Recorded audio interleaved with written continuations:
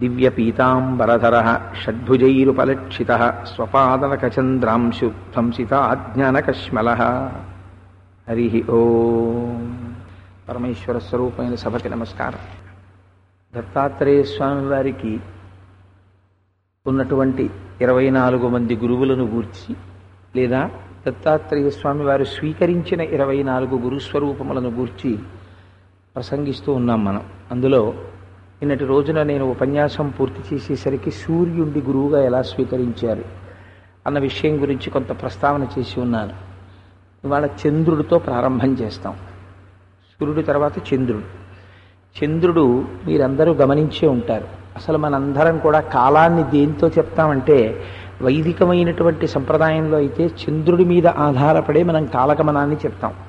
ఎందుచేత అంటే, ప్రతిరోజు మీరు పూజ చేసేటప్పుడు శ్రీ మహావిష్ణురాజ్ఞా ప్రవర్తమాన శాద్య బ్రహ్మణ ద్వితీయ పరార్థే శ్వేతవరాహ కల్పే వైవస్వతమన్వంతరే కలియుగే ప్రథమ పాదే జంబోద్వీపే భరతవర్షే భరతఖండే అని సంకల్పాన్ని దేశకాల సంకీర్తనం ప్రారంభం చేసి, ఏదో శ్రీ వ్యయనామ సంవత్సరే ఉత్తరాయణే వసంత ఋసు చైత్రమాసే శుక్లపక్షే అని తిథి చెప్తాం. శుక్లపక్షే అంటే అది ఎవరికి చెందినది? చంద్రుడికి చెందినది.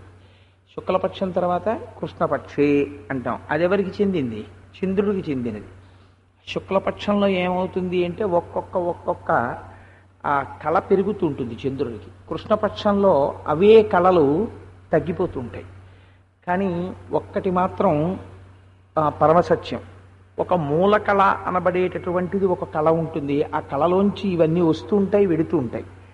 అసలు చంద్రుడనబడేటటువంటి వాడికి సంబంధించినటువంటి కళలు తరుగుతున్నాయి, కళలు పెరుగుతున్నాయి. కానీ చంద్రుడు అనబడేటటువంటి పదార్థమునకు మాత్రం ఈ కళల యొక్క తగ్గుదల కానీ పెరుగుదల కానీ సంబంధం ఏం లేదు. అలాగే ఈ మనకి లోపల ఉండేటటువంటి ఆత్మస్వరూపానికి ఏ విధమైనటువంటి మార్పు ఉండదు. అది కూడా మార్పు చెందిందనుకోండి, ఆత్మ మార్పు చెందిపోయి శరీరము మార్పు చెందిపోయింది అనుకోండి, మార్పు చెందిపోతే అసలు ఈ వ్యవస్థ ఇలా ఉండదు. ఎప్పుడైనా మీరు ఒకటి జ్ఞాపకం పెట్టుకోండి, తిరిగేటటువంటి ఒక దానికి తిరగనటువంటి ఒకటి ఆధారమై ఉంటుంది. ఒక బండి చక్రములు తిరుగుతున్నాయి అనుకోండి, చక్రాలు తిరగాలంటే వాటికి ఆధారమైనటువంటి ఇరుసు స్థిరంగా ఉండాలి. ఉంటే దాన్ని ఆధారం చేసుకుని చక్రాలు తిరుగుతుంటాయి. అలా ఆత్మకి ఎప్పుడూ కూడా ఏ విధమైనటువంటి ఒడుదుడుకులు కానీ మార్పులు కానీ ఏమీ ఉండవు. ఎప్పుడూ ఆత్మ అలా చూస్తూనే ఉంటుంది. అది కేవలం సాక్షిగా ఉంటుంది. ఆఖరికి ఆకలి వేసింది అనుకోండి, అన్నం పెట్టకపోతే శరీరం నీరసపడిపోతుంది. శరీరము నీరసపడిపోతోంది అని గుర్తించేటటువంటిది ఆత్మే. అన్నం పెట్టారనుకోండి, మళ్ళీ శరీరము శక్తిని పొందినది అని గుర్తించినది ఆత్మే. ఆత్మ కూడా నీరసపడిపోయింది అనుకోండి, ఇంకా నీరసపడిపోయిన ఆత్మ నీరసపడిపోతున్న శరీరాన్ని ఎలా గుర్తిస్తుంది? గుర్తించలేదు. కాబట్టి ఆత్మకి ఏ వికారమూ ఉండదు. వికారం ఏదైనా ఉంటే శరీరం ఒక్కదానికే ఉంటుంది. అందుకే సమస్త పిపీలికాది పర్యంతములో మార్పు చెందేటటువంటి దాన్ని అంతటినీ కలిపి శాస్త్రం ఒక్క మాటతో పిలిచేసింది. ఏవైతే మార్పు చెందుతున్నాయో వాటన్నిటికీ కలిపి ఒక్కటే పేరు. దాని పేరేమిటో తెలుసా అండి? జగత్. అంతే. జగత్ అనగా ఏమి అంటే, జాయతే గచ్చతే ఇది జగత్.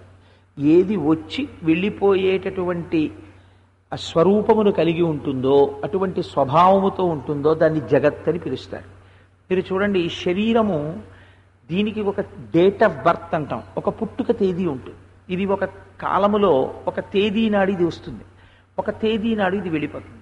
కాబట్టి ఇది శాశ్వతముగా కాలాతీతముగా ఇది ఉంటుందా? ఉండదు. అందుకే మీరు ఒక్క విషయం గమనించండి, దేవతలకి యవ్వనం ఉంది అంటే మీరు ఈ రహస్యాన్ని ఎక్కడ గుర్తుపట్టచ్చు అంటే, అమ్మవారికి సంబంధించినటువంటి స్తోత్రాల్లో కానీ అమ్మవారి నామాల్లో కానీ మీరు ఒక చిత్రాన్ని గమనించి ఉంటారు. భగవంతుడి యొక్క జుత్తు నిరిసిపోవడం అన్నది ఎప్పుడూ ఉండదు. భగవంతుడికి జుత్తు నిరిసిపోవడం కానీ, భగవంతుడికి శరీరం ముసల్దైపోవడం కానీ ఇలాంటివి చెప్పరు. అది అలా చెప్తే తప్పది. భగవంతుడు అనబడేటటువంటి వాడికి ఎప్పుడూ కూడా కాలాతీతుడై ఉంటాడు. అందుకే నిత్య యవ్వన మదశాలిని అని అమ్మవారికి పేరు. నిత్య యవ్వనం ఎలా ఉంటుందండి? కాలంలో యవ్వనం పోవాలి కదా. అంటే కాలాతీతమైనటువంటి స్వరూపముతో ఉంటారు. అందుకని ఆవిడ జుత్తు ఎప్పుడూ నలుపే. శంకరుడికి ఎప్పుడూ యవ్వనమే, శ్రీ మహావిష్ణువుకి ఎప్పుడూ యవ్వనమే, దేవతలకి యవ్వనమే. అంటే వాళ్ళు కాలాతీతులై ఉన్నారు. మరి మిగిలినటువంటి ఈ జగత్తంతానో కాలములో వస్తుంది, కాలములో వెళ్ళిపోతుంది. ఏ వస్తువైనా సరే కాలములో పుట్టినది, డేట్ ఆఫ్ బర్త్ ఉన్నది అనుకోండి, దానికి మళ్ళీ వెళ్ళిపోయేటటువంటి డేట్ కూడా ఉన్నది. గొప్ప రహస్యం ఏమిటంటే అదొక్కటే ఎవరికీ తెలియదు. ఎప్పుడు వెళ్ళిపోతుంది ఎవ్వరికీ తెలియదు, అది వెళ్ళిపోతుంది అంతే. కాబట్టి అలా వచ్చి వెళ్ళిపోయేటటువంటి మార్పు ఎవరికి ఉన్నది? శరీరమునకున్నది. జగత్తునంతటినీ కలిపి మీరు ఒక దాని యందు ఆపాదిస్తే, ఒక వ్యక్తి యందు ఆపాదించి చూస్తే ఈ శరీరమునకు ఉన్నది. ఈ శరీరమునకు 6 వికారములు ఉంటాయి. కాబట్టి దీన్ని జగత్తులో అంతర్భాగం అంటారు. ఇది షడ్వికార స్వరూపము. అంటే ఒకనాడు లేదిది, ఒక డేట్ నాడు, ఒక తేదీ నాడు పుట్టింది, కాబట్టి పుట్టినది. కొన్నింటికి ఒక గమ్మత్తు ఉంటుంది, ఇలా పుడతాయి, పుట్టి వెంటనే విడిపోతాయి. అది ఉన్నది అని చెప్పడం కుదరదు. ఒక బుడగ ఉందనుకోండి, సముద్రంలో ఇలా పుడుతుంది, పుట్టి వెంటనే పేలిపోతుంది. కాబట్టి అది ఉన్నది అన్న రెండో లక్షణమే దానికి లేదు. కాబట్టి పుట్టినది, పుట్టిన తర్వాత ఉన్నది, అది బతికి ఉండాలి. ఉన్నది పెరిగి మార్పు చెందినది, కొద్దిగా మార్పులు వస్తాయి. మీకు ఎక్కడో ఉదాహరణ పెట్టడం ఎందుకండి, ఎవరి మీదో పెట్టడం ఎందుకు? ఎవరి మీదన్నా పెడితే కొంచెం నొచ్చుకునే అవకాశం ఉంటుంది. నా మీదే పెట్టి చెప్పేస్తాను, మీకు స్పష్టంగా అర్థమైపోతుంది. ఈ శరీరము ఒకప్పుడు లేదు కాలంలో, ఒకప్పుడు పుట్టింది ఈ శరీరం. ఈ శరీరము పుట్టింది కాబట్టి ఆ రోజున పుట్టినది. ఈ పుట్టిన శరీరం ఏడ్చింది, లోపల ఉన్నటువంటి ఆత్మ యొక్క చైతన్యము చేత ఇది శోకించింది, గట్టిగా అరిచింది, ఏడ్చింది. కాబట్టి ఇది ఉన్నది అని గుర్తించారు మా అమ్మగారు ఆ రోజున. కాబట్టి ఇది ఉన్నది పెరిగినది, ఇది పెరిగి పెద్దదైంది.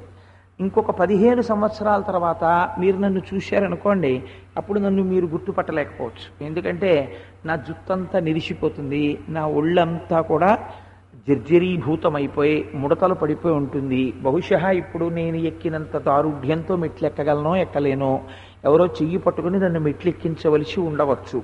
కాబట్టి శరీరము మార్పు చెందినది. ఆ మార్పుతో పాటుగా తర్వాత ఏమైపోతుంది? తరిగిపోయినది. మీరు చూడండి, బొమ్మ ఎంత ఉంటుందో అంత అయిపోతారు. క్రమంగా క్షీణించిపోతుంది శరీరం, తరిగినది. ఆ తర్వాత ఏమైపోతుంది?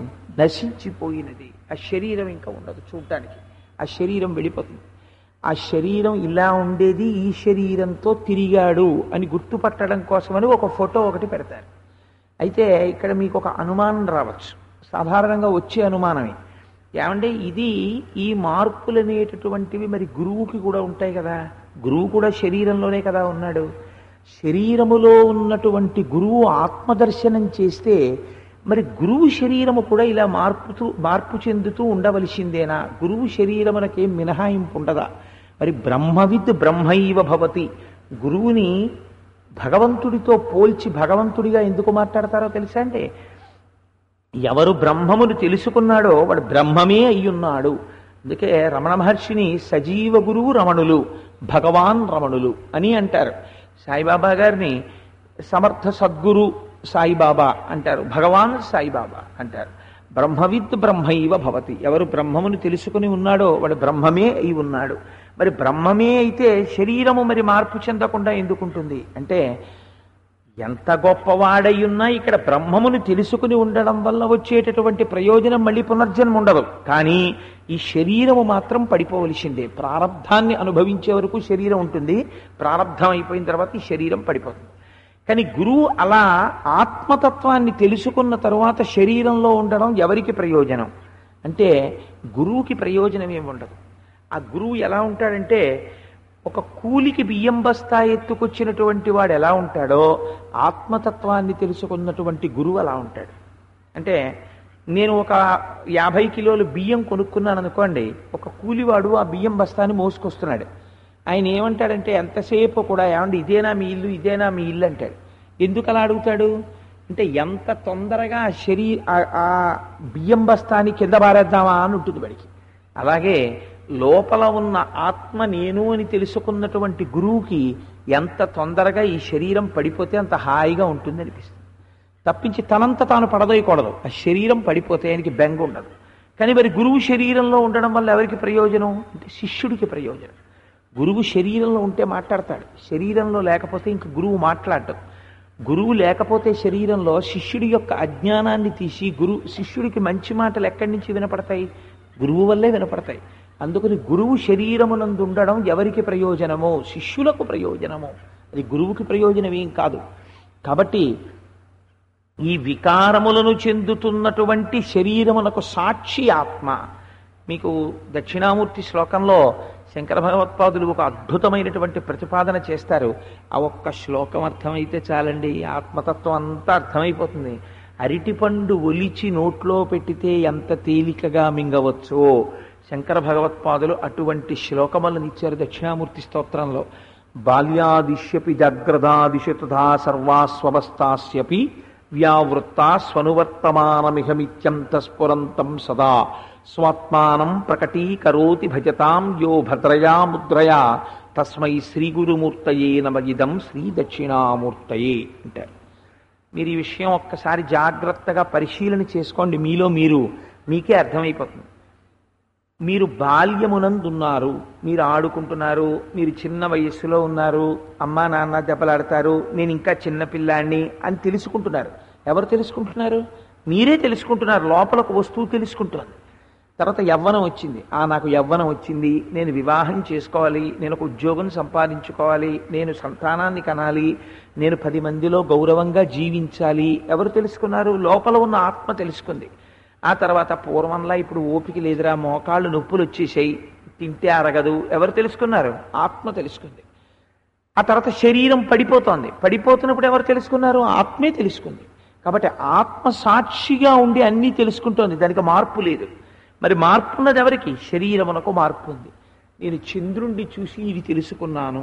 చంద్రుడు పూర్తిగా క్షయమైపోయాడు అనుకోండి, ఇంకా అసలు అమావాస్య తర్వాత ఇంకా మళ్ళీ చంద్రుడు రాకూడదు ఆకాశంలో. మరి చంద్రుడు ఉండబట్టే కదా మళ్ళీ పెరుగుతున్నాడు. అంటే మూలమైన చంద్రుడు అలాగే ఉన్నాడు, పెరగడము తరగడము చంద్రకళలే తప్ప చంద్రుడు కాదు.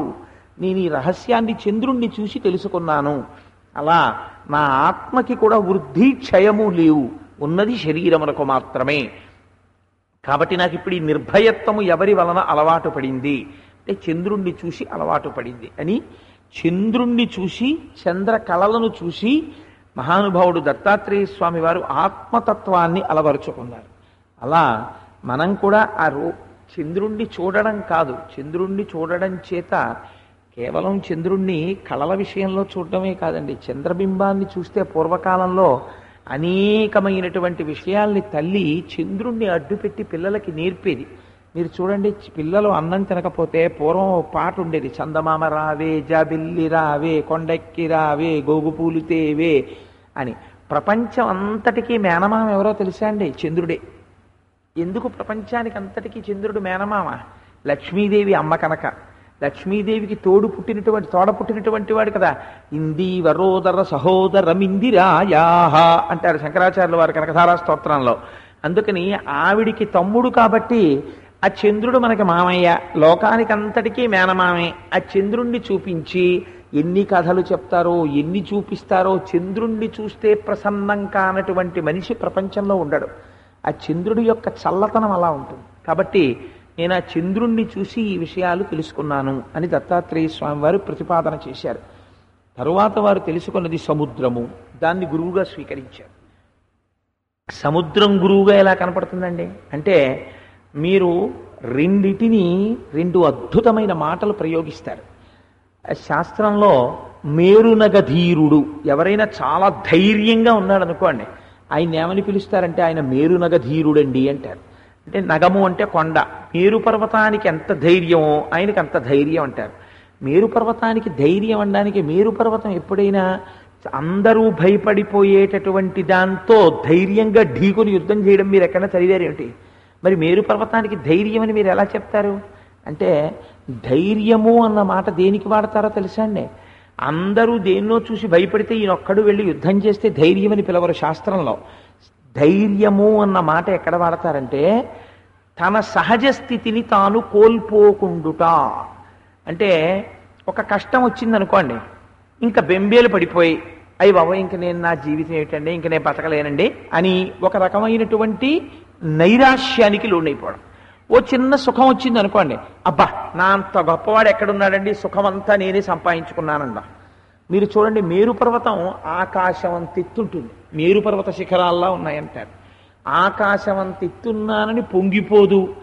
ఒక ఎలక వచ్చి మేరుపర్వత శిఖరాలకి కన్నాలు చేసేసి అందులో నివాసం ఉంటుంది. ఒక దిక్కుమాలిన ఎలక కన్నాలు పెట్టేస్తోందని పొంగిపోదు. పిడుగొచ్చి మీద పడుతుంది, బెంగ పెట్టుకోదు. చెట్లు పెరుగుతాయి, బాధపడదు. క్రూర మృగాలు తిరుగుతాయి, బెంగ పెట్టుకోదు. పావులు పాకుతాయి, తానేమి డసిపోదు. లేదా కొంతమంది మహర్షులు కూర్చుని తపస్సు చేసుకుంటారు, తాను ఆనందపడిపోదు. ఎప్పుడూ అలాగే ఉంటుంది. సహజ స్థితి ఎందుండడానికి మేరు పర్వతాన్ని పోలికతో చెప్తారు. మేరునగధీరుడు. రెండవది దేనికి చెప్తారు? గాంభీర్యమును చెప్పవలసి వస్తే సముద్రమంత గంభీరం అండి అని అంటారు. సముద్రమంత గంభీరం అంటే ఏమిటి దాని అర్థం? గాంభీర్యము అన్న మాటకి ధైర్యము అన్న మాటకి శాస్త్రంలో కొంచెం దగ్గర సంబంధం ఉంటుంది. గాంభీర్యము అన్న మాటకు అర్థం ఏమిటో తెలుసా అండి? ఒక చిన్న కష్టం వచ్చేటప్పటికి వెలవెలపోయాడు అనుకోండి, వెలవెలపోతే ఆయన గాంభీర్యం ఉన్నవాడు కాడు. అందుకే మేకపోతు గాంభీర్యం రాయింది అంటాడు. ఆ గాంభీర్యం అంటే ఒక కష్టం వచ్చినప్పుడు తాను అలాగే ఉండడం, ఒక సుఖం వచ్చినప్పుడు తాను అలాగే ఉండడం. అది చాలా గొప్ప గుణం అండి. అది అంత తేలిగ్గా వస్తుంది అని నేను అనుకోను. అలా రావాలి అంటే దానికి చాలా గొప్ప సంస్కార బలం ఉండాలి, లోపల ఆత్మశక్తి ఉండాలి. సర్దార్ వల్లభాయ్ పటేల్ గారు హైకోర్టులో కేసు వాదిస్తున్నారు. కేసు వాదిస్తుంటే ఆయనకి టెలిగ్రామ్ వచ్చింది. ఆయన తల్లిగారు అనుకుంటాను, నాకు జ్ఞాపకం ఉన్నంత వరకు తల్లిగారో భార్య గారో మరణించారు అని టెలిగ్రామ్ ఉంది. ఆయన ఆర్గ్యుమెంట్ చేస్తుండగా తీసుకొచ్చే టెలిగ్రామ్ ఇచ్చారు. ఆయన టెలిగ్రామ్ తీసి ఒకసారి చదివి మడిచేసి కోర్టు జేబులో పెట్టేసుకుని కేసు ఆర్గ్యూ చేసేశారు. ఆర్గ్యుమెంట్ అంతా అయిపోయిన తర్వాత కేసు వాయిదా వేశారు జడ్జి. వాయిదా వేయగానే ఆయన తన కుర్చీలో కూర్చుని అప్పుడు కుప్పకూలిపోయారు. కుప్పకూలిపోయి ఏడ్చారు. ఏమైంది ఏమైంది అని అందరూ పరిగెత్తుకొస్తే కోర్టు జేబులోంచి టెలిగ్రామ్ తీసి చూపించారు. తన ఆర్గ్యుమెంట్ జరుగుతున్నంతసేపు మాత్రం ఆయన టెలిగ్రామ్ తెలుసున్న మాట తడబడలేదు, ఆయన ఆర్గ్యుమెంట్ చెక్కు చెదరలేదు. అది పూర్తి అయిన తర్వాత ఆయన్ని శోకం ఆవరించింది. అలా ఉండగలగడం అంటే ఎంత ధైర్యం ఉండాలి మనిషికి, ఎంత గాంభీర్యం ఉండాలి చూడండి. ఆటుపోట్లని హెచ్చు తగ్గుల్ని వీటిని తట్టుకొని ద్వంద్వాతీతమైనటువంటి స్థితికి ఎదిగితే గాంభీర్యం అంటారు. మీరు చూడండి, సూర్యుడు సముద్రంలోంచే నీటిని లాగేస్తాడు. వర్షం ఇచ్చే ముందు సూర్యుడు ఏం చేస్తాడంటే సముద్రంలో ఉండేటటువంటి ఉప్పు నీటిని లాగుతాడు. లాగి దానిని తియ్యటి నీటిగా మార్చి మేఘములుగా మార్చి ఆకాశంలో పంపిస్తాడు. ఇంత నీటిని సూర్యుడు లాగేసినా సముద్రంలో ఎప్పుడైనా వెలితితనం కనపడుతుందా? ఇంకేం వస్తామంటే కెరటాలు, ఆయన లాగేశాడు నీళ్ళన్నీని, ఇంకా మా కెరటాలు ఎందుకని చెప్పి ఎండిపోయిన చెరువుల సముద్రం అలా ఏమీ ఉత్సాహం లేకుండా పడుండడం మీరు ఎప్పుడైనా చూశారా? ఎప్పుడు కెరటాలు అలా వస్తూనే ఉంటాయి. నీటిని పీల్చేసినా కెరటాలే. మీరు చూడండి, అల్పపీడనం ఏర్పడినది అంటారు. ఎక్కడ ఏర్పడుతుంది అల్పపీడనం? బంగాళాఖాతంలో ఏర్పడింది అంటాడు. వర్షం అంతా ఎక్కడి నుంచి వస్తుంది? బంగాళాఖాతంలోంచే వస్తుంది. ఇంత వర్షం బంగాళాఖాతంలో నీరు వచ్చి భూమి మీద పడిపోతుంది. ఇంత నీరు బంగాళాఖాతంలోంచి వెళ్ళిపోయిందని బంగాళాఖాతం ఏమైనా నీరసపడిపోవడం మీరు చూసారా? ఎప్పుడు నీరసపడిపోదు, ఎప్పుడు అంతే గాంభీర్యం. చుక్క నీరు ఎవడైనా తీశాడా అని అనుమానం వస్తుంది ఆ సముద్రం దగ్గరికి వెళ్ళి చూస్తే. పైగా అప్పుడే అది ఎక్కువ వైల్డ్గా ఉంటుంది. వైల్డ్ ఇన్ ది సెన్స్ చాలా ఎవరు సముద్రం దగ్గరికి వెళ్ళి చూడ్డానికి వీలుండదు. తన దగ్గర పోతున్నప్పుడే అలా ఉంటుంది సముద్రం. అలాగే వర్షాకాలంలో ఎక్కడెక్కడి ఏళ్ళు నదులు అన్నీ వెళ్ళిపోయి సముద్రంలో కలిసిపోతాయి. ఇంత నీరు కొత్తగా వచ్చి చేరింది. కొత్తగా వచ్చి చేరిందని అబ్బా నాకు ఇవాళ కొత్తగా నీళ్ళు వచ్చాయని చెప్పి సముద్రం ఏమైనా పొంగిపోయినట్టు కనపడుతుందా? కనపడదు. అప్పుడు అలాగే ఉంటుంది, ఇప్పుడు ఇలాగే ఉంటుంది. మహాజ్ఞాని అయినటువంటి వ్యక్తి ద్వంద్వములకు అతీతమైనటువంటి స్థితిలో ఉంటాడు. ఇప్పుడు నేను ఇది సముద్రం కాబట్టి మీకు చెప్పింది అర్థమైపోయింది. కానీ ఒక జ్ఞాని ద్వంద్వములకు అతీతముగా ఎలా ఉండగలడు అన్నదానికి నాకు రామకృష్ణ పరమహంస చెప్పినటువంటి ఒక గొప్ప ఉపమానం ఒకటి జ్ఞాపకానికి వస్తోంది. వారు తప్ప అలా చెప్పడం అన్యులకి సాధ్యం కాదు. ప్రపంచంలో వేదాంత విషయాల్ని చాలా అద్భుతంగా మాట్లాడాలి అంటే ఒకటి రామకృష్ణ పరమహంస చెప్పాలి, రెండు మహానుభావుడు శంకరాచార్యులు వారు చెప్పాలి, మూడు రమణ మహర్షి చెప్పాలి. వారు ముగ్గురే వేదాంత సంబంధమైనటువంటి విషయములకు, చాలా గహనమైనటువంటి అర్థం కాని విషయాలకి చాలా తేలిక ఉపమానం వేసి అర్థమయ్యేట్టు చెప్పాలంటే నాకు తెలుసున్నంత వరకు ఆ ముగ్గురే. ఆ ముగ్గురులా చెప్పగలిగిన వాళ్ళు ఇంకెవరుంటారు? అంత గొప్పగా మాట్లాడతారు వేదాంతం గురించి. కాబట్టి రామకృష్ణ పరమహంసది అందులో అందవేసినచి వారు చెప్పినన్ని ఉపమానాలు శంకర భగవత్పాదులు సరేసరనుకోండి, శృతి స్మృతి పురాణానాం ఆలయం కరుణాలయం. అసలు శంకరాచార్యుల వారిని ఎవరితో పోల్చడం కుదరనే కుదరదు. ఎవరైనా సరే శంకరాచార్యుల వారంటే సూర్యుడు, మిగిలిన ఎవరైనా సరే ఆయన ముందు దీపాలంతే. శంకరాచార్యుల వారిని దాటి గురుస్వరూపాన్ని చెప్పడం మహాసాహసం, అలా కుదరదది. ఎందుకంటే వారి ప్రతిపాదనలు అలా ఉంటాయి. కాబట్టి రామకృష్ణ పరమహంస చూడండి ఎంత గొప్పగా మాట్లాడతారో. ఒకానొక సమయంలో ఒక గురువు గారి దగ్గర చదువుకునేటటువంటి శిష్యుడు ఒక ఆయన అలా వెళ్ళిపోతున్నాడు. వెళ్ళిపోతుంటే ఒక జమీందార్ తన పెరట్లో ఉన్నటువంటి ఆవుని పట్టుకొని దేనికో కోపం వచ్చి కర్రతో కొడుతున్నాడు. కొడుతుంటే ఆత్మతత్వాన్ని తెలుసుకున్నవాడు కాబట్టి ఆ కర్ర దెబ్బ తగిలినప్పుడు ఆవులో ఉన్నటువంటి ఆత్మ ఎంత ఖేదాన్ని పొందుతుందో తానంత ఖేదాన్ని పొందాడు. అయ్యో అయ్యో అయ్యో ఆవుని కొట్టేస్తున్నాడే నిష్కారణంగా అని గబగబా గేటు తీసుకుని లోపలికి వెళ్ళి గభాలన జమీందారు చేతిలో కర్ర పట్టుకుని, ఏమయ్యా ఎందుకు అలా కొట్టేస్తావు ఆవుని అన్నాడు. ఎందుకు ఎలా కొట్టేస్తావు ఆవుని అంటే, ఆవు పాలన్నీ దూడకి ఇచ్చేసింది, చుక్క పాలు లేవు, కొట్టానన్నాడు. అయ్యో అదేంటయ్యా, ఆవు దూడకి పాలు ఇవ్వడం పెద్ద విశేషమా? దూడ కట్టు తెంపుకుంది వచ్చేసింది, తన దూడకి పాలు ఇవ్వాలని ఆవనుకోదా, దానికి అంత కొట్టేస్తావా ఆవుని? ఆయన వరకు ఎందుకండి, నేను ఎన్నిళ్లలో చూశాను దూడలు పాలు తాగడం కోసం అని చెప్పేసి అటు ఇటు ఊగడంలో పలుపు కొంచెం ఇలా జారిపోయింది అనుకోండి, అవి పరిగెత్తుకొచ్చేసి అమ్మ దగ్గర పాలు తాగేస్తాయి. పాలు తాగేసేటప్పటికీ ఒకవేళ దూడ కానీ అలా పాలు తాగేసింది అనుకోండి, తాగేస్తే ఆ దూడని కట్టేసి దిక్కుమాలిన దూడ పాలన్నీ తాగేసింది ఇవ్వాలని దాన్ని చావగొట్టేసి ఆవుని కొట్టేసి లోపలికి వెళ్ళిపోతే అవి కూడా ప్రాణులు కదండి. తన బిడ్డడికి తాను అన్నం పెట్టుకున్నప్పుడు నేను ఎప్పుడు అలా కొట్టలేదు. తన బిడ్డడికి తాను కాఫీ ఇస్తే నేను కొట్టలేదు. తన బిడ్డడికి తాను పాలిస్తే మా ఇంటి యజమానురాలకి బిడ్డడి కలిగాడని నేను సంతోషించాను. ఆవిడ పాలు చాలకపోతే నా పాలిచ్చాను. కానీ ఇవాళ నా బిడ్డని రోజు కట్టేసి వీళ్ళు తాగుతున్నారు. ఇవాళ నా బిడ్డ ఆ పాశాన్ని తప్పించుకుని వచ్చి కడుపు నిండా పాలు తాగింది. పాలు తాగినందుకు ఇన్ని దెబ్బలా నా బిడ్డకి అని ఆ ఆవు ఎంత ఏడుస్తుందో, మా అమ్మ నాకు కడుపు నిండా పాలిచ్చినందుకు మా అమ్మకి ఇన్ని దెబ్బలా అని ఆ దూడ ఎంత ఏడుస్తుందో, అవి రెండింటికి ప్రేమ లేదు అని మీరు అనుకుంటే చాలా పొరపాటు. ఎందుకనంటే నేను ఇప్పుడు కొత్త అపార్ట్మెంట్లో దిగిన తర్వాత మధ్యాహ్నం ఇంటికి భోజనానికి వస్తాను, ఎక్కడి నుంచి వస్తాయో ఆవు దూడ వస్తుంటాయి. అవి భాగవతం చెప్పినప్పుడే వస్తున్నాయి అనుకున్నాను. ఈ మధ్య మళ్ళీ 3-4 రోజుల క్రితం ఒకసారి కనపడింది.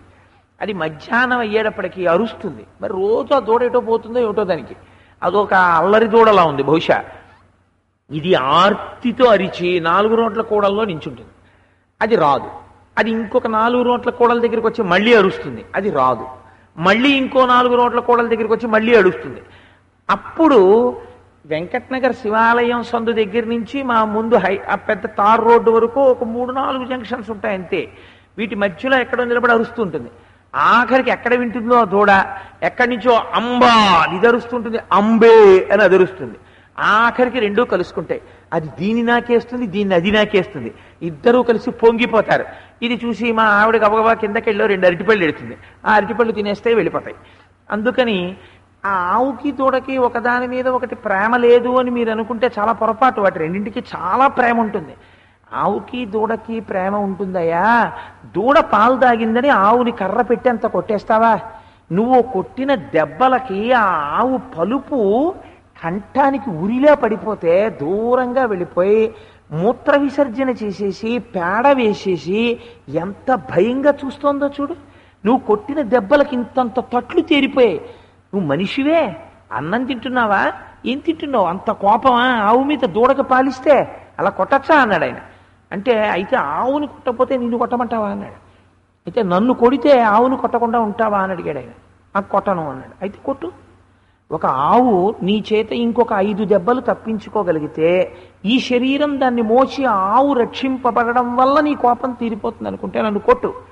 ఉన్నారండి ఒక మహాపురుషుడు ఇప్పటికీ కూడా హైదరాబాద్లో ఒకసారి ఒక బండికి కట్టినటువంటి ఎద్దుని అలా కొడుతుంటే ఆ ఎద్దుకి దెబ్బలు తగులుతుంటే ఎందుకయ్యా అలా కొడతావు అంటే, అయితే నువ్వు మొయ్యి, నిన్ను కొడతానంటే ఆయన బండి మోశారు. మన కాకినాడ వచ్చి ప్రసంగాలు చేస్తుంటారు. భాగవతం చెప్పేటప్పుడు ఒక రోజున ఆయన వచ్చి అనుగ్రహ భాషణం చేశారు కూడా మన దగ్గరే.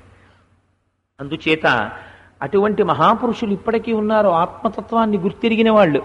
ఆ సన్యాసి నన్ను కొట్టు అంటే ఆ జమీందారు చేతిలో కర్ర తీసుకుని, అయ్యో పరివ్రాజకుడు, యతిపురుషుడు, సర్వసంగ పరిత్యాగి అని కూడా చూడకుండా చేతి కర్రతో ఆయన్ని కొట్టాడు.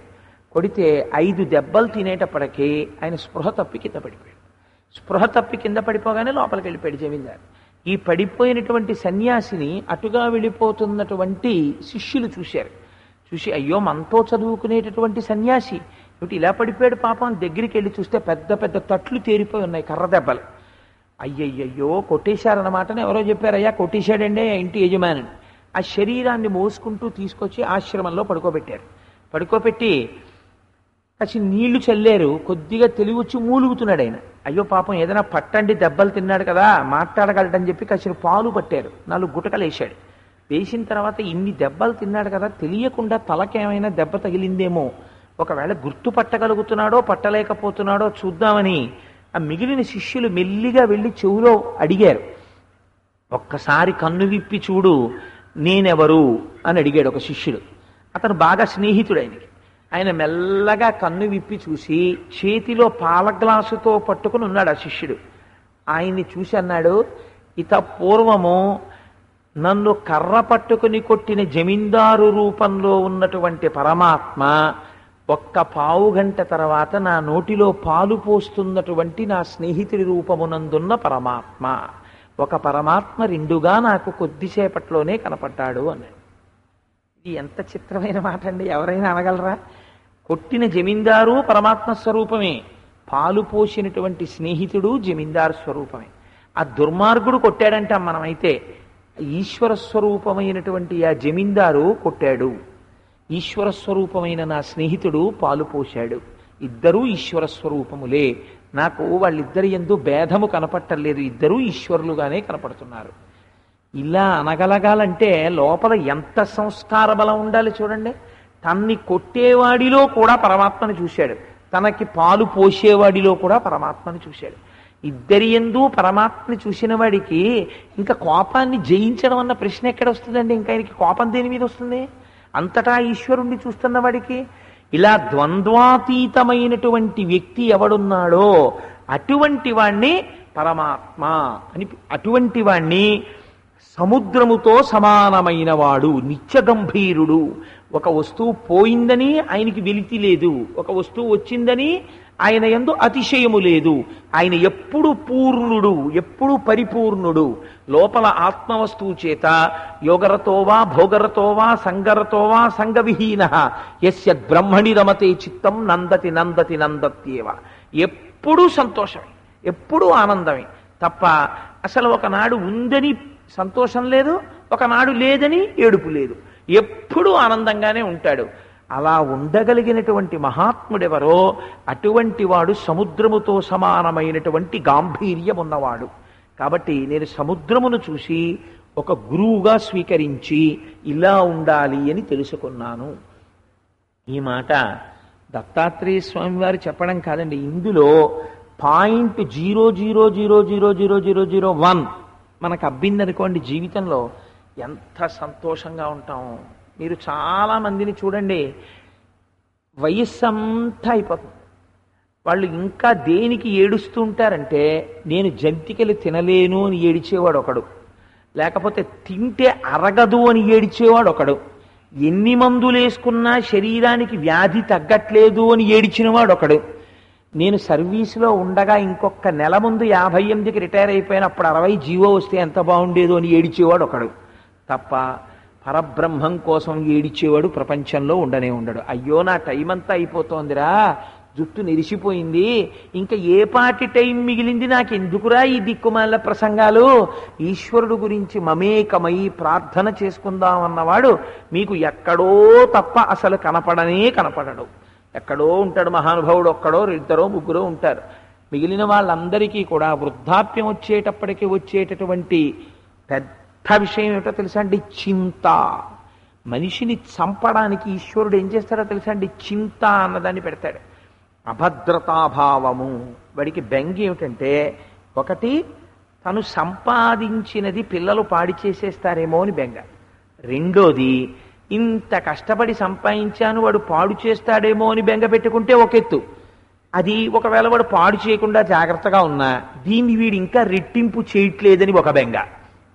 ఈ చింతతో ప్రతి క్షణం చచ్చిపోతాడు.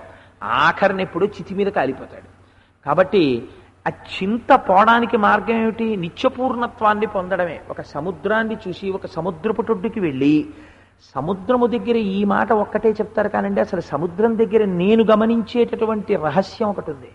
సముద్రాన్ని చూస్తే మనం ఇంకొక గొప్ప విషయం నేర్చుకోవచ్చు. మీరు చూడండి, సముద్రమంత గంభీరమైనటువంటిది ఇంకొకటి లేదు. అటు అంత గంభీరమై, అంత నిత్యపూర్ణమై, అంత ఐశ్వర్యప్రదమై, దాని యందు ఎన్ని ప్రాణులు బ్రతుకుతూ ఉంటాయో, దాని యందు ముత్యములుంటాయి, దాని యందు వజ్రములుంటాయి, నవరత్నములుంటాయి, ఓడలు వెడుతూ ఉంటాయి. ఇన్నింటికి ఆధారభూతమైనటువంటి సముద్రము మీరు వెళ్ళి ఒడ్డును నిలబడితే పసిపిల్లాడని పెద్దవాడని చూడకుండా తానే వచ్చి మీ కాళ్ళు కడిగి వెళ్ళిపోతుంది. కాళ్ళు కడిగింది కదా, చేతకాని సముద్రం అనుకుని మీరు లోపలికి వెళ్ళారనుకోండి, కబళించేస్తుంది. మహా వినయ సంపత్తి కలిగినటువంటి వాడు అవతల వారిని గౌరవిస్తూ గౌరవిస్తూ గౌరవిస్తూ వెళ్ళిపోతాడు. ఆ గౌరవించడం చేతకానితనంగా తీసుకున్నారనుకోండి, ఆయనే కేవలం తన హుంకారము చేత అవతల వాడిని నాశనం చేసి అవతల పారేస్తాడు బ్రహ్మజ్ఞానంతో. తపశ్శక్తి. కపిల మహర్షి ఆఖ్యానం లేదండి భాగవతం, భారత రామాయణంలో? ఒక్క హుంకారం చేశాడంతే. ఇంతమంది కూడా ఆ వచ్చినటువంటి సగరలు 60,000 మంది మడిచిపోయారు. కాబట్టి సముద్రాన్ని చూస్తే ఎన్ని విషయాలు జ్ఞాపకానికి వస్తాయో, ఎన్ని విషయాలు తెలుస్తాయో, ఎన్ని విషయాలు నేర్చుకోవాలో నిజంగా సముద్రం దగ్గర. నిత్యోత్సాహం సముద్రం దగ్గర. ఆ కెరటాలు అలా వస్తూనే ఉంటాయి తప్ప అసలు కెరటాలు రాకుండా సముద్రం నిర్జీవంగా ఉండడం అన్నది ఎప్పుడూ ఉండదు. కాబట్టి నేను ఆ సముద్రమును చూసి ఒక గురువును నేర్చుకున్నాను అని మహానుభావుడు దత్తాత్రేయ స్వామి వారు ప్రతిపాదన చేస్తారు. అంటే దత్తాత్రేయుల వారు గురువుగా స్వీకరించడం కాదు, మీకు తరచు చెప్తున్నాను నేను ఈ మాట. ఇది వినడము చేత, ఎందుకని గురుచరిత్ర వినండి గురుచరిత్ర వినండి అంటారు, గురుచరిత్ర పారాయణ చెయ్యండి అంటారు. ఎక్కడో ఏదో కారణం చేత మీలో నిస్పృహ ఆవరించడమే మీ సమస్యకు కారణమో బాగా జ్ఞాపకం పెట్టుకోండి. ఒక విషయం, మీకు బాధ దేని వలన? మీ మనస్సులో కలిగిన సమస్య వలన. మీ మనస్సు యందు ఒక సమస్య ఏర్పడింది, దాని చేత మీకు బాధ. కాసేపు మీ మనస్సు సమస్యని వదిలిపెట్టి ఇంకొక విషయాన్ని ఆలోచించింది అనుకోండి, ఈ బాధ మర్చిపోతారు. మళ్ళీ సమస్య దగ్గరికి వెళ్ళింది అనుకోండి, మళ్ళీ బాధలో ఉంటారు. ఈ బాధకి విరుగుడు ఎక్కడుందండి? మనస్సులోనే ఉంది. మళ్ళీ ఈ బాధకి విరుగుడు బయట ఎక్కడో ఉండదు. మీరు కావాలంటే ఒక చిత్రమైన విషయం చూడండి. సూది ఎక్కడ పెట్టానే అని చెప్పి వెతుకుతూ ఉంటుంది అమ్మ. పుస్తకాలు చదువుకుంటున్నటువంటి పిల్ల అంటుంది, సూదా మొన్న దారబండికి గుచ్చి ఫ్రిడ్జ్ పక్కన ఉన్న కవర్లో పడేసావు నువ్వు, మందు అస్తమానం గుండీలు అవి పెట్టెలో పెట్టలేదు ఈసారంటుంది. ఇప్పుడు ఈవిడ వెళ్ళి ఆ ఫ్రిడ్జ్ పక్కన ఉన్నటువంటి జేబులో చెయ్యి పెట్టి దారబండి పైకి తీస్తుంది. ఇప్పుడు మీరు 2 విషయాలు గమనించాలి. అమ్మ వెతుక్కుంటున్నటువంటి దారపు బండి బయట వెతుకుతోందా లోపల వెతుకుతోందా? బయట వెతకట్లేదు, లోపల వెతుకుతోంది. దారబండి సాధారణంగా ఇక్కడ పెడతాను అనగానే లోపల కనపడుతుంటుంది. ఆ గుండీలో అవి పెట్టే ఓ తెల్ల డబ్బాలో ఉంటుంది దారబండి, అందుకని అక్కడికి ఎడుతుంది. లేకపోతే టీవీ మెకానిక్ని తీసుకొచ్చి టీవీ విప్పే దారబండి ఉందేమో అంటుంది. ఏమిటి అందో? కుండీల డబ్బాలోనే దారబండి పెడతానంటుంది. ఇప్పుడు ఎవరు చెప్పారు దీనికి సమాధానం? చదువుకుంటోంది పిల్ల. నిజంగా అది చదువుకుంటోంది అనుకోండి, అమ్మ దారబండి వెతుక్కోవడం దాని మనసులోకి ఎలా వెళ్ళింది? అంటే పూజ చేసేవాడికి టెలిఫోన్ సంభాషణ విన్నట్టు, పూజ చేసుకునేవాడికి నిజంగా టెలిఫోన్లో మాట్లాడేవన్నీ వినపడుతున్నాయి అనుకోండి, వాడు పూజ ఏం చేసినట్టు? అంటే వాడికి టెలిఫోనే విన్నాడు వాడు పూజా మందిరంలో కూర్చుని.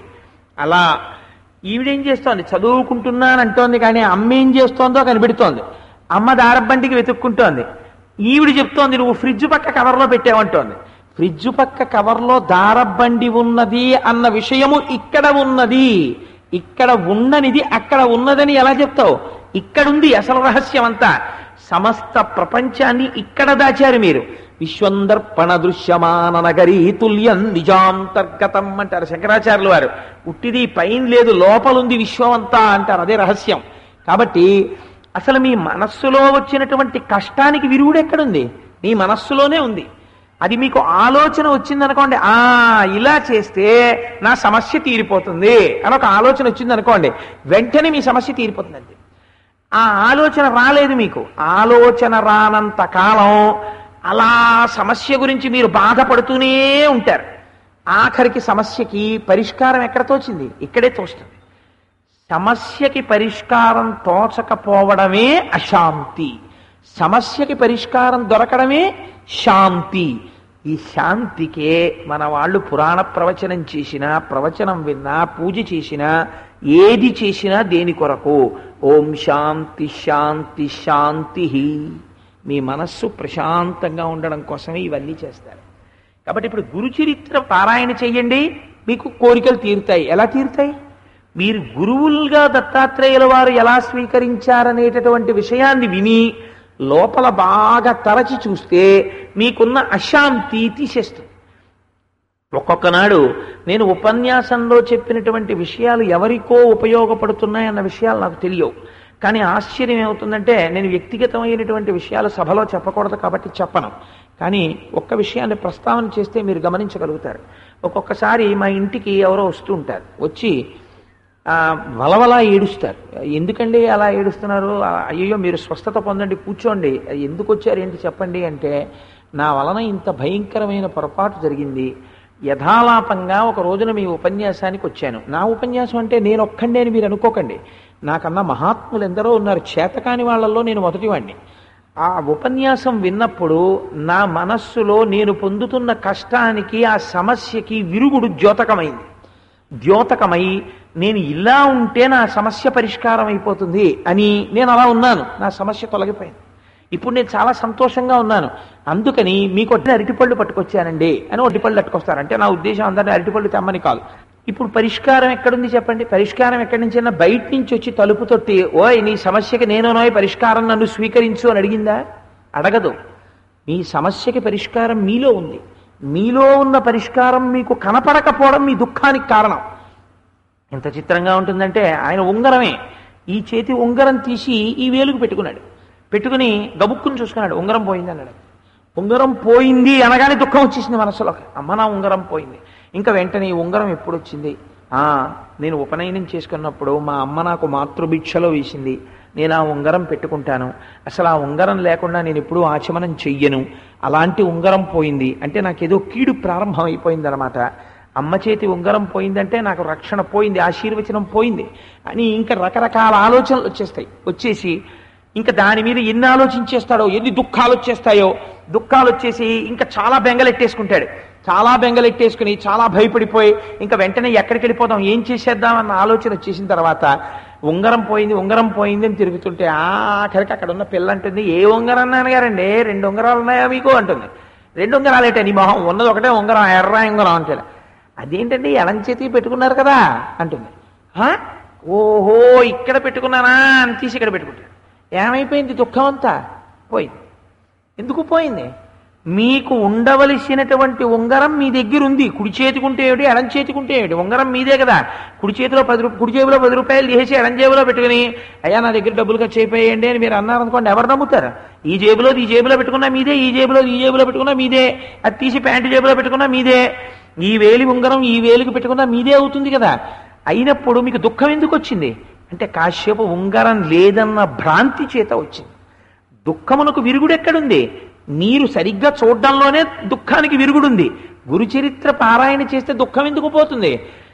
అసలు మీ పరిశీలన కోణంలో పొరపాటు ఉంది. ఆ పొరపాటు దిద్దబడుతుంది. దత్తాత్రేయుల వారు గురువుగా ఉండి చేసే అనుగ్రహం ఇదే. ఆయన అక్కడ కూర్చుని ఏం చేస్తారో తెలుసా అండి? అరేరే పాపం వీడు ఇంత కష్టపడి వింటున్నాడు కాబట్టి ఇన్నాళ్ల నుంచి వీడికి దొరకని పరిష్కారం ఏదో ఇప్పుడు దొరికేట్టు చేస్తానంటారు. ఇప్పుడు ఏమవుతుంది? మీ సమస్యగా పరిష్కారం మీకు ఇక్కడే కనబడుతుంది. అని కనపడిపోయిందని సంతోషపడిపోతారు. మా పినమామ గారు ఒక ఆయన ఉండేవారు విశాఖపట్నంలో. వాళ్ళ అబ్బాయికి వివాహం సంబంధాల కోసం శ్రీకాకుళం జిల్లాలో ఏదో ఊరుంది, గరివిడో ఏదో, ఆ గరివిడి వరకు సంబంధాలు చూసి వచ్చాం ఒకసారి కారులో వెళ్ళి. ఇవన్నీ చూసి వచ్చిన తర్వాత హఠాత్తుగా ఒక రోజు ఫోన్ చేశారు ఆయన నాకు. కోటేశ్వరరావు మా అబ్బాయికి పెళ్లి కుదిరిపోయిందా అన్నారు. అదేమిటి మామయ్య గారు, చాలా ఆశ్చర్యం, ఎక్కడ అమ్మాయి అండి, ఎవరు అన్నారు. అబ్బాయి మా పక్కిల్లే ఇంచుమించు ఒక 2 ఇళ్ళు 3 ఇళ్ళు పక్కన ఇల్లు, ఆ ఇంట్లో వాళ్ళ అమ్మాయి అన్నారు. వాళ్ళు ఎప్పటి నుంచి తెలుసు అంటే, ఆ అమ్మాయి పుట్టినప్పటి నుంచి మా పినమామ గారికి తెలుసు. మా పినమామ గారు అబ్బాయి పుట్టినప్పటి నుంచి బహుశా ఆ అమ్మాయి కూడా చూసే ఉండుంటుంది. కానీ ఈ అమ్మాయే తన కోడలని ఇది తెలియదు, ఊరంతా వెతుకుతున్నాడు. ఆయనకి తెలియదు తన కూతురికి భర్త వాడే అని, ఆయన ఊరంతా వెతుకుతున్నాడు అల్లుడు కోసం. వీళ్ళిద్దరికీ ఆ క్షణం వచ్చింది, అయిపోయింది. ఆయన సమస్య తీరిపోయింది, ఈయన సమస్య తీరిపోయింది. హాయిగా ఉసే తెల్లారు లేచేటప్పటికి మేడకి పిలిస్తే నీకు మేము కనపడుతుంటాం, నీకు పుట్టిల్లు దూరం అయిందన్న గొడవే లేదు, నీ అంత అదృష్టవంతురాలు లేదని ఇద్దరు పొంగిపోయారు. ఏమిటి పొంగి ఏమిటి, ఆ కుంగి ఏమిటి? కాసేపు నీకు పక్కనున్నటువంటిదే నీకు కనపడదు, కనపడకపోవడమే దుఃఖమునకు కారణము. నీకు ఆ కనపడకపోవడం అన్నది పోయింది, నీ సుఖమునకు కారణము. అది ఎందుకు వస్తుంది అంటే, అటువంటి పెద్దల కథలు విని మీరు కూడా మీ బుద్ధిని ఆ కోణంలోకి మలిచారనుకోండి, వెంటనే ఆ ప్రతిబంధకం పోతుందంతే. మనస్సుకి ఈ శక్తిని ఇవ్వడమే అంతర్లీనమైనటువంటి ప్రతిపాదన గురుచరిత్రలో. కాబట్టి ధియో యో న ప్రచోదయాత్, ధియో యో న ప్రచోదయాత్ అని అడగడం ఎంతో గురుచరిత్ర పారాయణ చేయడం అంతే. కాబట్టి నేను సముద్రమును గురువుగా స్వీకరించినాను. ఇప్పటికి ఎంతమంది గురువులు పూర్తయ్యారండి? యనమండుగురు. మీరు కొంచెం, నేను లెక్కల్లో లెక్క పెట్టుకోండి, 22 చెప్పి 24 అనకూడదు కదా నేను. అందుకని పంచభూతములు, సూర్యచంద్రులు, సముద్రము యనమండుగురు. ఆ తర్వాత 9వ గురువును ఒకరిని స్వీకరించారు. ఏముంది 24 మందిలో అప్పటికి ఎవరు బుర్రలోకి వస్తే వాళ్ళ మీద చెప్పేస్తే అయిపోయాయి. పాము ఒక గురువు. పాము గురువు ఎలా అవుతుంది అంటే, పాము గురువే. పాము 2 రకాలైనటువంటి గురుస్థాయిలో ఉంటుంది. పాముని 2 రకాలు ఏమిటండి? ఇప్పుడు నాకు ఆ పాము గురించి మనసులో ఆలోచనలు ఎక్కువైపోయినా ప్రమాదం. ఎందుకంటే మళ్ళీ ఆ పాము దగ్గర స్టకప్ అయిపోతానేమో ఇవాళంతా అని బెంగ నాకు ఎక్కడికక్కడ. ఉన్నది 2 రోజులు ప్రసంగం అని, ఇవాళ 1000 మాటలు నన్ను నేను వీపు చరుచుకొచ్చా, జాగ్రత్త కోటేశ్వరరావు, ఎక్కడ స్టకప్ అయిపోక నువ్వు, దాటు అని. పాము చూడండి, పాము సామాన్యులకు ఒకలా, ఒక సిద్ధ పురుషులకు, ఒక గురుస్వరూపంలో ఉన్న వాళ్ళకి, ఒక యతి పురుషుడికి, ఒక సర్వసంగ పరిత్యాగికి ఒకలా. సర్వసంగ పరిత్యాగి అంటే అన్నిటినీ విడిచిపెట్టేసిన వాడు. అన్నీ విడిచిపెట్టేసినటువంటి వాడు ప్రత్యేకం తను ఉండడానికి, అందరితో పాటుగా తను ఉంటానని చెప్పి ఓ ఇల్లు కట్టుకోవడమో లేకపోతే 10 మందితో కలిసి ఉండే ప్రయత్నమో చేయకూడదు. దత్తాత్రేయ స్వామి వారు అన్నారు, నాకు పాము ఒక గురువు అయినది. పాము ఆవాసాన్ని ఎక్కడ తీసుకుంటుందండి? అసలు పాముకి జీవితంలో ఇల్లు కట్టుకోవడం చేత కాదు. పాము చీమలు పెట్టినటువంటి పుట్ట చూస్తుంది, చూసి ఈ పాము అందులోకి వెళ్ళిపోయి హాయిగా అందులో ఉంటుంది. మీకు ఇంకా ఆశ్చర్యం ఏమిటో తెలుసా అండి? ఓ ఇల్లు కట్టుకుంటున్నారనుకోండి, మీరు ఇల్లు కట్టుకుంటున్న స్థలంలో పెద్ద పుట్ట ఉందనుకోండి, సాధారణంగా ఏం చేస్తారంటే ఆ పుట్ట దగ్గరికి వెళ్ళి ఒక కొబ్బరికాయ కొట్టి ఓ నమస్కారం పెడతారు. అమ్మా, నువ్వు ఇందులో చాలా కాలం నుంచి నివాసం ఉన్నావు స్వామి, మీరు ఇక్కడ తిరుగుతూ ఉంటారు అని మాకు తెలిసింది. మీరు ఉన్నటువంటి చోట నేను ఇల్లు కట్టుకుంటున్నాను, కానీ మీరు నేను కలిసి ఉండడం కుదిరే విషయం కాదు. ఎందుకంటే మీరు మంచివారే, నేను మంచివాడినే, లేకపోతే స్వామి అని పిలవను కదా. కానీ మీరు మనిద్దరం ఒకరికొకరం తటస్థపడితే మన జన్మజన్మాంతరమైనటువంటి ప్రారబ్ధమేమో కానీ భయపడతాం. మిమ్మల్ని చూస్తే నేను భయపడతాను, నన్ను చూస్తే మీరు భయపడతారు. ఒకవేళ నేను భయపడకపోయినా నా సంసారమునందున్నవారు భయపడతారు. అందుకని స్వామి, నా అంత నేనుగా ఈ పుట్టని మీ ఇంటిని కదిపే లోపల మీరు కనపడితే ఇబ్బంది. అందుకని మీరు కనపడవద్దు, మీరు వెళ్ళిపోండి ఇవాళ రాత్రి, రేపు మేము శంకుస్థాపన చేసి ఇల్లు మొదలు పెడుతున్నాం అని ఒక నమస్కారం చేస్తారు. నేను చాలా చోట్ల విన్నాను, ఆ మరునాడు వచ్చి ఆ పుట్టని కదిపి దాన్ని తొలగించి ఇల్లు కట్టుకునే ప్రయత్నం చేస్తారు. చిత్రం ఏమిటో తెలుసా అండి? ముందు రోజు వరకు పాము పడుకున్నటువంటి ఆనవాలు, పాము యొక్క కుబుసాలు అన్నీ ఉంటాయి, పాము ఉండదు. పాము సో సెన్సిటివిటీస్. నలుగురు మనుషులు తిరిగి ఇంకిక్కడ ఇల్లు కడుతున్నారు అని దానికి తెలిసింది అనుకోండి, ఇంకా అసలు ఆ పుట్టలో ఉండదు, వెళ్ళిపోతుంది అక్కడి నుంచి.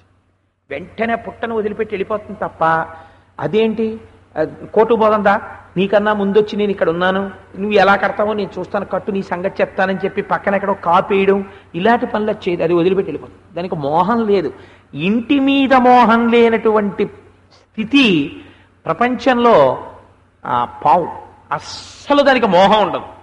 అందుకే ఇంగ్లీష్లో ఒక ప్రొవర్బ్ ఉంది, ఏ వైజ్ మ్యాన్ అంటే ఏ pool constructs A house and A wise man dwells in it. సొంత ఇల్లు ఉన్న వాళ్ళని నేను ఇంత మాట అన్నానని మీరు అనుకోకండి, నేను కూడా మూర్ఖుండే. మొన్ననే ఇల్లు కట్టి గృహప్రవేశం చేశా, ఓ ఫ్లాట్ కొనుక్కుని. అందుకని ఒక తెలివి తక్కువ వాడు ఇల్లు కడతాడు, తెలివైన వాడు అందులో అద్దెకుంటాడు. ఎందుకో తెలుసా అండి, 4 తలుపులు పాడైపోయిన తర్వాత వాడు వెళ్ళిపోవచ్చు హాయిగా ఇంట్లోంచి. ఓనర్కి ఎప్పుడు వాడు ఇక్కడ ఉండకపోయినా ఇల్లు ఏమైపోతుందో అని బెంగే. అందులో ఉన్న ఇల్లు ఏమైపోతున్నా బెంగలేని వాడు టెనెంట్. ఎంత సుఖం అండి నిజంగా. ప్రారంధం తప్ప ఇల్లు కట్టుకోవడం ఎందుకు? అందుకని నేను హాయిగా పావుని చూసి నేర్చుకున్నాను. అన్నీ విడిచిపెట్టేసినటువంటి వాడు ఎక్కడ ఉండాలి అంటే ఈశ్వర నిర్మతములైనటువంటి గృహములు కొన్ని ఉన్నాయి. తమంత తాముగా పెద్ద పెద్ద కొండ గుహలు ఏర్పడ్డాయి. భగవాన్ రమణులు ఎప్పుడు కూడా అరుణాచలంలో విరూపాక్ష గుహ, మామిడి తోపు, స్కంధాశ్రమము అలాంటి పర్వత గుహల్లో ఉండేవారు. ఆ గుహలలో ఉండి తపస్సు చేశారు ఆయన. లేకపోతే చెట్లకి పెద్ద పెద్ద తొర్రలు ఉంటాయి, ఆ తొర్రల్లో ఉంటారు. లేకపోతే తమంత తాముగా ఏర్పడినటువంటి పొదలతో కూడినటువంటి లతావితానములు ఉంటాయి, అందులోకి కూర్చుని తపస్సు చేస్తారు తప్ప అసలు వచ్చి నలుగురితో కలవడం, తమంత తామేదో ఇల్లు కట్టుకోవడం, లేకపోతే ఓ గది కట్టుకోవడం ఇలాంటివి ఏమి ఉండవు. అందుకని అసలు ఇల్లు అన్నది ఒకటి, నాకిది ఒక నివాసము అన్నది లేకుండా అదో గుహ అన్న భావనతో గుహలో కూర్చుని తపస్సు చేసుకోవడమే. నేను పావుని చూసి ఎంత ప్రశాంతంగా ఈశ్వర నిర్మితములైనటువంటి వాటి యందు కూర్చుని తపస్సు చెయ్యాలన్నది నేర్చుకున్నాను. రెండవది మనకెలా పనికొస్తుంది. ఇప్పుడు నేను ఈ మాట చెప్పాననుకోండి, అది బహుశా ఇవాళ సమాజంలో అంత తేలిక కాదేమో. ఎవరైనా, నాకు తెలిసి ఒక ఆయన ఉండేవారు, నేను విశాఖపట్నంలో ఉద్యోగం చేసేటప్పుడు ఒక మేనేజర్ గారు ఉండేవారు. ఆయన ఎప్పుడు ఇల్లు కట్టలేదు. నేను వారిని తరచూ, ఏమండి మీరు ఇల్లు కట్టరేమండి అని అడిగితే, నీకు తెలియదు కోటేశ్వరరావు, ఇల్లు కట్టడం అనేటటువంటిది మనిషి కష్టాన్ని కొని తెచ్చుకోవడమే, నేను కట్టను అనేవారు. అందుకని ఆయన కట్టలేదు. ఆయన కట్టకుండా ఎక్కడో ఎన్సిస్ట్రల్ ప్రాపర్టీ ఉంటే వారసత్వంగా వచ్చింది, కడప వెళ్ళిపోయి సెటిల్ అయిపోయారు తప్ప ఎప్పుడు ఆయన ఇల్లు కట్టుకోలేదు. ఒక్కొక్కరికి అట్లాగా ఆలోచన ఉంటుంది. అది తప్పని చెప్పడం కూడా కుదరదు. అది కూడా బహుశా హాయే అయి ఉండొచ్చు. ఎందుకంటే ఆ రోడ్డు ఎక్స్పాన్షన్ చేస్తున్నారండి, బుల్డోజర్ వస్తుందంటే టెనెంట్కి ఎప్పుడూ బెంగ ఉండదు, ఖాళీ చేసి వెళ్ళిపోతాడు, పెట్టి బెట్టింగ్ పట్టాడు. కానీ ఆ ఊళ్ళో ఉండకపోయినా అలోపలోమని ఏడిచేవాడు ఎవడంటే ఓనరు. ఎన్ని కష్టాలండి, ఎప్పుడు రోడ్డు ఎక్స్పాన్షన్స్ వస్తాయో తెలియదు, ఎప్పుడు పన్ను పెరిగిపోతుందో తెలియదు, లేకపోతే ఆ ఇంటికి రిపేర్ ఎక్కడ వస్తుందో తెలియదు. అసలు అపార్ట్మెంట్లు అయితే వాటికి ఉన్నన్ని అసలు నిజంగా మాయని అధిగమించాలంటే మీరు అపార్ట్మెంట్లో ఉండాలి. అపార్ట్మెంట్లో ఉంటే బ్రహ్మజ్ఞానం తొందరగా వస్తుంది. ఎందుకో తెలుసా అండి, మీ రూఫు పైవాడికి ఫ్లోరు. అదేమిటి అంతే అంతే, మీ పైన రూఫ్ ఉందే అదే పైవాడికి ఫ్లోర్. వాడికి ఫ్లోర్ కాబట్టి వాడు తండాడు అనుకోండి, మీ తల మీద పెద్ద ప్రతిధ్వని. కాబట్టి మీరు అడుగు తీసి అడుగేస్తే 10 మంది యొక్క ప్రశాంతతని దృష్టిలో పెట్టుకుని తిరగాలి తప్ప నా సొంతిల్లు అని మీరు ఏమీ చేయడానికి ఉండదు. అంత మర్యాదతో కూడిన, అంత అణకువతో కూడిన ప్రవర్తన రావాలంటే ఒక అపార్ట్మెంట్లో ఉంటే వచ్చేస్తుంది ఆటోమేటిక్గా. సొంత ఇల్లు కట్టుకున్నా ఎప్పుడు గట్టిగా కాలు కూడా వేయడు, ఎందుకంటే కింద వాళ్ళకి చప్పుడు వస్తుంది అంటాడు. ఇప్పుడు నీ సొంత ఇల్లేరా భూమి మీద కట్టుకున్నావు అన్నా కూడా నాకు 20 ఏళ్ళ నుంచి అపార్ట్మెంట్లో అలవాటు అయిపోయిందండి అంటాడు. సరే, ఎందుకు చెప్పానంటే కొంతమందికి ఇల్లు ఇష్టం ఉండదు, కొంతమంది ఏదో ఇల్లు అంటూ ఉండాలండి. ఆ సిద్ధాంతానికి వెనకాల ఉన్న పవిత్రత ఏమిటో నాకు తెలియదు. కానీ ఒక చిత్రమైన మాట ఒకటి అంటూ ఉంటారు, ఆ వెళ్ళిపోయినప్పుడు కనీసం సొంత ఇల్లు అంటూ ఉంటే ఏదో తీసుకుపోయేంత వరకు కాస్త సొంత ఇల్లు అని చెప్పి ఉంచుతారండి, ఏ సొంత ఇల్లు కాకపోతే తీసుకెళ్ళి అద్దిళ్ళు అయితే బయట పారేస్తారంటారు. అసలు చచ్చిపోయిన తర్వాత ఇంట్లో ఉంచితే నీకెందుకు, బయట ఉంచితే నీకెందుకు? ఆ దిక్కుమాలిన కొడుకుని పెంచి పెద్ద చేసి అమెరికా పంపించావు, వాడు నీకు ఇచ్చేటటువంటి గొప్ప వరం ఏమిటో తెలుసా? 48 గంటలు ఐస్ పెట్టులో పడుకోబెడతాడు. వాడు అక్కడి నుంచి వచ్చే వరకు వీడు అలా పడుకున్నాడు, ఇంకా బాగా కొయ్యబారిపోతాడు. ఎందుకు వచ్చింది? వెర్రి. వాడు బాగా సంపాదిస్తాట, వీడు ఏమయ్యాడు? కొయ్యి అయ్యాడు, ఇంకో పాచిపీనుగై తగలబడతాడు. సరే, ఇప్పుడు నాకు అవన్నీ మళ్ళీ అందులోకి అనేది పక్క త్రోవకు పోవడం అనుకోండి. కాబట్టి సొంత ఇంటి మీద మమకారము లేకుండుట, ఇది నేనంటూ ఒక ఆవాసం ఉండాలి, నాకొక ఇల్లు ఉండాలి, నాకొక ఆచ్ఛాదన ఉండాలి. అది ఏమైపోతుందో తెలుసా అండి, ఒక సద్గురువుకి, ఒక సన్యాసికి, ఒక పరివ్రాజకుడికి, ఒక యతిపురుషుడికి అన్నీ విడిచిపెట్టేసిన వాడికి ఏ చిన్నదాని మీద సంఘం మొదలైనా సరే దట్ రిజల్ట్స్ ఇన్ డిజాస్టర్. పెద్ద ప్రమాదాన్ని తీసుకొస్తుంది. అందుకే రామకృష్ణ పరమహంస ఒక గొప్ప ఆఖ్యానం చెప్తుండేవారు. వెనకటికి ఒక ఆయన, ఒక గురువుగారు ఒక ఊళ్ళోకి వచ్చి ఒక మంత్రోపదేశం చేసి, ఒరే నాయనా, ఇంకా నువ్వు జనంలో ఉండకో, ఊరి బయట ఎక్కడో హాయిగా కూర్చుని తపస్సు చేసుకో అన్నాడు. అంటే ఆయన వెంటనే నాకు ఇంకా వైరాగ్యం వచ్చేసిందండి, నేను గురువుగారు చెప్పినట్టు తపస్సు చేసుకుంటానని అన్నీ విప్పేసి ఓ గోచి పెట్టుకుని వెళ్ళి తపస్సు చేసుకుంటున్నాడు. రోజు స్నానం చేయగానే మరి పాపం ఓ గోచి తడిచిపోతుంది కదా, ఓ పొడి గోచి ఒకటి కట్టుకుని ఓ తీగ ఒకటి తీసుకొచ్చి ఓ 2 చెట్లకి కలిపి కట్టి దాని మీద ఓ గోచి ఆరేసేవాడు. ఆరేసి కూర్చుని తపస్సు చేసుకుంటుంటే ఎక్కడి నుంచి వచ్చిందో ఓ ఎలకొచ్చి గోచి కొరికేసేది. కొరికేస్తే ఈ గోచి కొరికేస్తోంది, ఎలాగా ఉన్నవే 2 గోచీలు, ఒక గోచి ఆరేస్తాడు, ఒక గోచి పెట్టుకుంటాడు, 2 గోచీలకి కన్నాలు పడిపోతున్నాయి. అందుకు ఓ పిల్లిని పెంచాడు.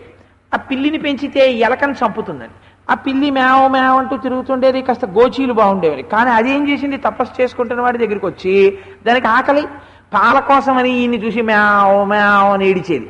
అయ్యో పాపం దీనికి పాలు లేవని చెప్పి ఊళ్ళోకి వెళ్ళి కొద్దిగా పాలు ఇవ్వండి, మా పిల్లి కోసం, నా కోసం కాదని తెచ్చేవాడు. వాళ్ళు అన్నారు కొన్నాళ్ళు పోయిన తర్వాత, ఇలా ఎన్నాళ్ళు అస్తమానం పాల కోసం వస్తావు, ఒక ఆవి ఇచ్చేస్తాను తీసుకెళ్ళి పెంచుకోమని ఆవి ఇచ్చారు. ఆ ఆవుకో దూడ పుట్టింది. ఇప్పుడు ఆ ఆవి ఏం చేసింది, పాలు అయితే ఇస్తోంది కానీ పిల్లి కోసం, గడ్డి కోసం అంబా అంబా నరుపు మొదలెట్టింది. దీనికోసం ఊళ్ళోకి వెళ్ళి గడ్డి అడిగాడు. ఇస్తాం కానీ రోజు గడ్డి కోసం ఎంతసేపు తిరుగుతావు, వాన వరద అంటూను, అందుకని అంతకన్నా నీకో ఎకరం పొలం ఇచ్చేస్తాం, హాయిగా దున్నుకుని తినడానికి ఏదో ఇంత జావ చేసుకోవడానికి నా బియ్యం వస్తాయి, ఆ గడ్డి మీ ఆవుకి వేసుకున్నారు. 1 ఎకరం పొలం పెట్టుకున్నాడు. ఇప్పుడు ఇది వాన వచ్చేటప్పటికి దున్నుకోవాలి, ఓ నాగలి కావాలి, అది అట్టుకొచ్చాడు. ఇంకా దున్నుకున్నాడు పొలం, అది కొయ్యాలి, కోతలు కొయ్యాలి, కుప్పను ఊర్చాలి, ఆ ధాన్యం దాచుకోవాలి. ఇప్పుడు ఇలా చేస్తుంటే మెల్లిగా ఈ పాలు, ఈ ధాన్యం ఇవి అమ్మి డబ్బు అయితే హాయిగా దాచుకోవచ్చని ఓ డబ్బు సంపాదించాడు, అది దాచాడు. ఏమంటే మీ పక్క పొలం అమ్మేస్తున్నాం, వాడు మంచివాడు కాడు, రేపు పొద్దున ఇంకోటికి అమ్మేసామంటే మీరు ఇబ్బంది పడిపోతారు, అది మీరే కొనేసుకోండి అన్నారు. ఇంకో ఎకరం కొన్నాడు. ఇలా ఇలా అయిపోయి అబ్బా ఒక్కడిని ఇవన్నీ చేసుకోలేకపోతున్నాను, చాలా ఇబ్బందిగా ఉందని ఒక అమ్మాయిని చేసుకున్నాడు. ఆ అమ్మాయిని చేసుకున్న తర్వాత 4 పిల్లలు పుట్టారు. పెద్ద ఇల్లు కట్టాడు, చాలా సంతోషంగా ఉన్నాడు. ఓ రోజున గురువుగారు మళ్ళీ తిరిగి వచ్చాడు కొన్నేళ్లు పోయాక. వచ్చి ఇక్కడ నేను ఒకడికి బోధ చేశాను, వాడిని తపస్సు చేసుకోమన్నాను, అక్కడ పెద్ద మేడ ఉంది, వాడు ఏడని అడిగారు. అడిగితే అయ్యా వాడు ఇప్పుడు కారులో తిరుగుతున్నాడండి, ఒకప్పుడు గోచి పెట్టుకుని ఉండేవాడు వాడేనా అని అడిగారు. అవునండి అన్నారు. వాడు ఇప్పుడు కారులో వెళ్తాడు, దిగుతాడు, మేడ చూడండి అన్నారు.